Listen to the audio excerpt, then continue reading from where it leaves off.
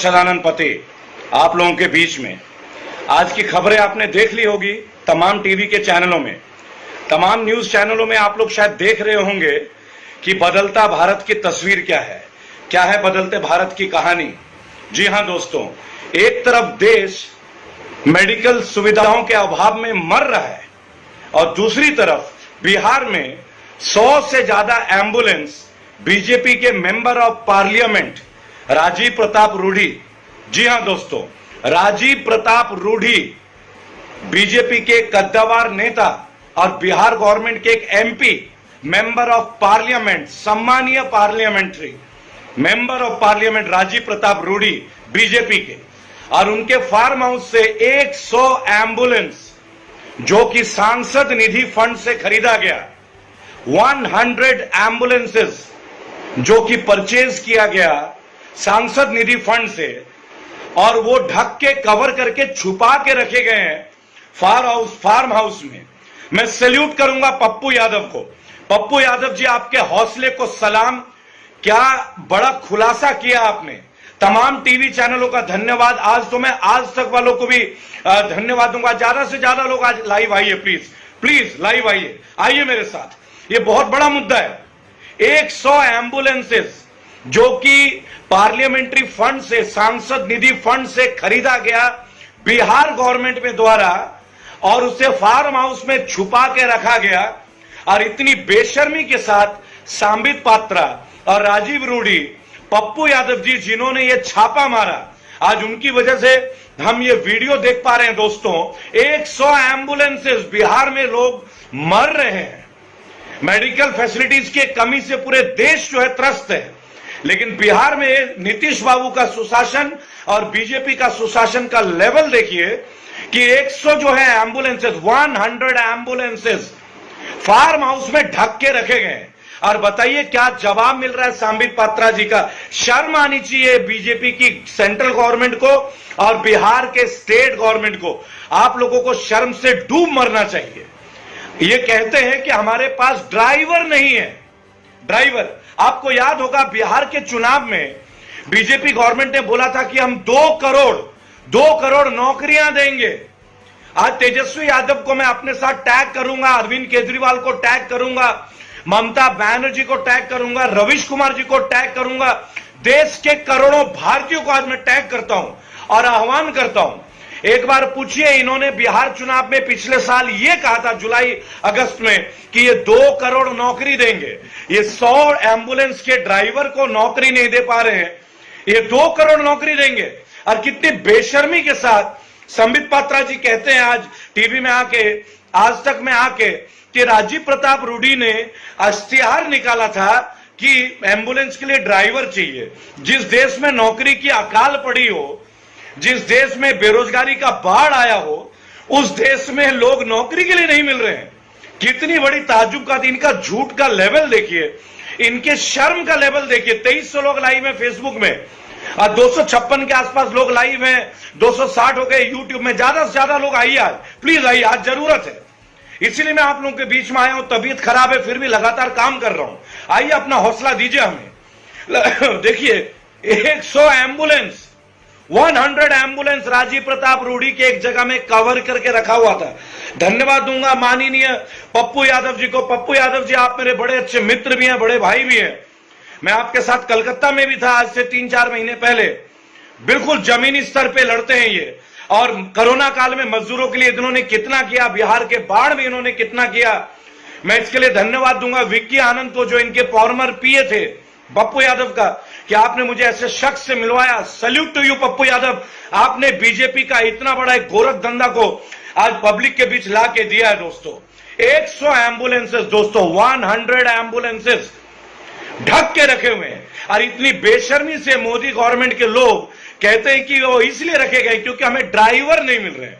अरे मेरे भाई, आपके नेता वैसे भी क्या काम कर रहे हैं। बीजेपी के नेता, भाजपा के जो विधायक हैं और सांसद है, क्या काम कर रहे हैं। इन्हीं को दे दीजिए एम्बुलेंस चलाने के लिए।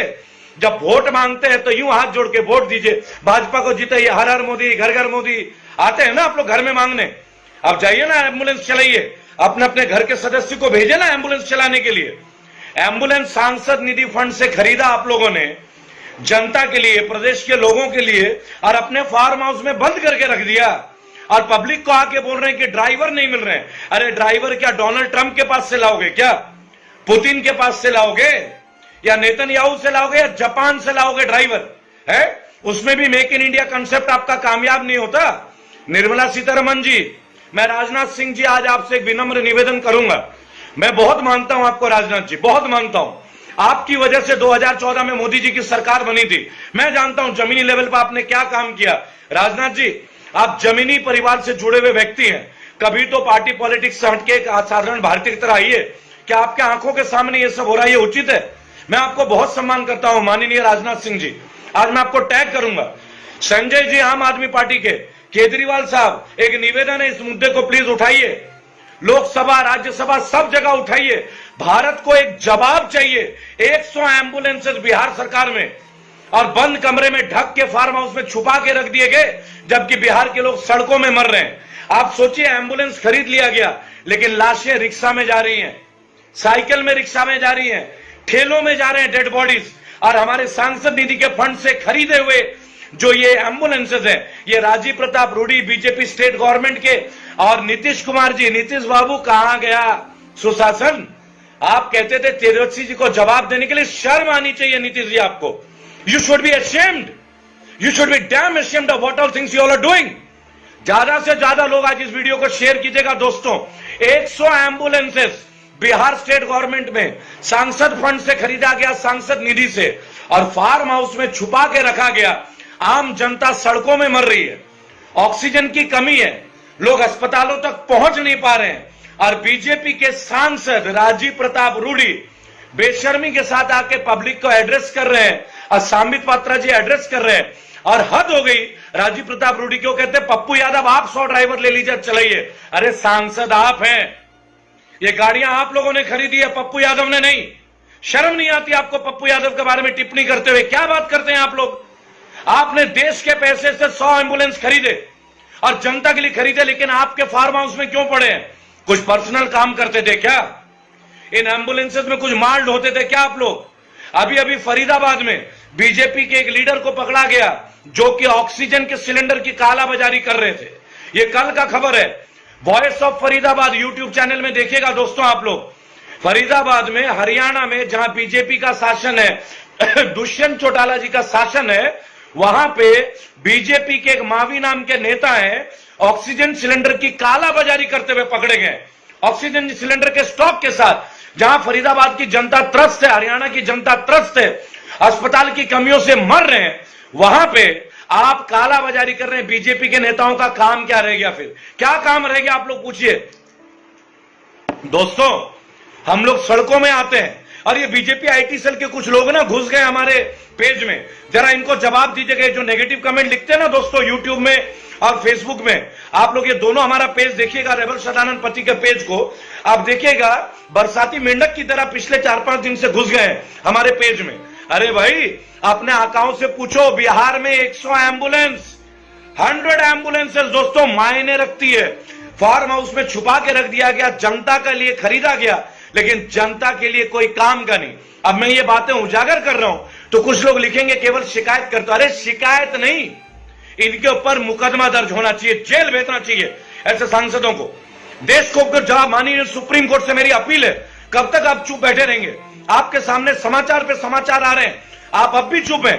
आप तुरंत तत्काल प्रभाव से राजीव प्रताप रूडी और बीजेपी के गवर्नमेंट और नीतीश कुमार के गवर्नमेंट को तलब करें सुप्रीम कोर्ट में कि 100 एम्बुलेंसेज इस जो मतलब विभीषिका के दौर में मृत्यु की शैया में लोग लटके हैं, लेकिन उसके बावजूद इनका फार्म हाउस के अंदर 100 एम्बुलेंसेज को क्यों छुपाया गया?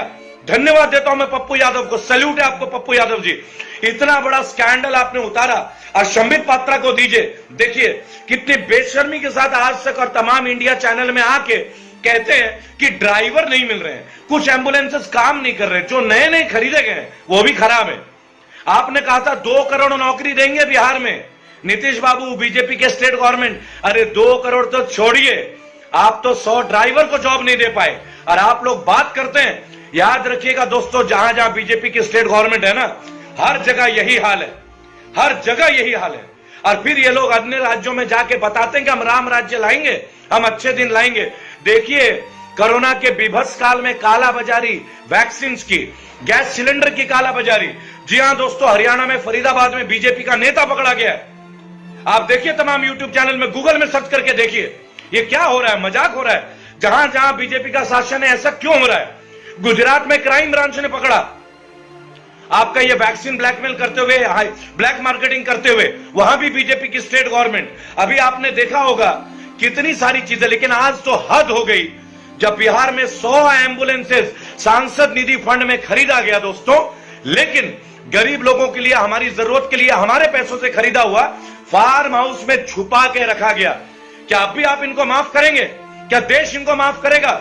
माननीय सुप्रीम कोर्ट के मुख्य न्यायाधीश, मैं आपसे अपील करता हूं तमाम भारतीय जनता की ओर से कि ये जो एम्बुलेंसेस को फार्म हाउस में रखा गया है, तत्काल संज्ञान में लेके इनको तलब करे सुप्रीम कोर्ट में, और जो इनमें कसूरवार उनको दंडित किया जाए, इनके नेताओं को दंडित करे, ताकि देश देखे कि देश में कानून और संविधान सबसे ऊंचा है। हर तरह से मोदी गवर्नमेंट फेल हो गई है।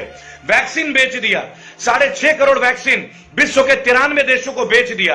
कहते थे कि अरविंद केजरीवाल ने मना कर दिया कि वैक्सीन नहीं चाहिए। आज मनीष सिसोदिया ने पूरा रिपोर्ट दे दिया कि जो 2 कंपनियां वैक्सीन बनाती थी, उनसे दिल्ली की सरकार ने मांगा था 1 करोड़ से ज्यादा वैक्सीन, लेकिन उनका जवाब आने से पहले ही केंद्र की सरकार का जवाब आ गया कि आपको 5 लाख या 3 लाख या कुछ वैक्सीन ही मिलेंगे। अरे, जब वैक्सीन कंपनी बना रही है तो केंद्र की सरकार क्यों जवाब दे रही है? क्या केंद्र की सरकार वैक्सीन बना रही है क्या?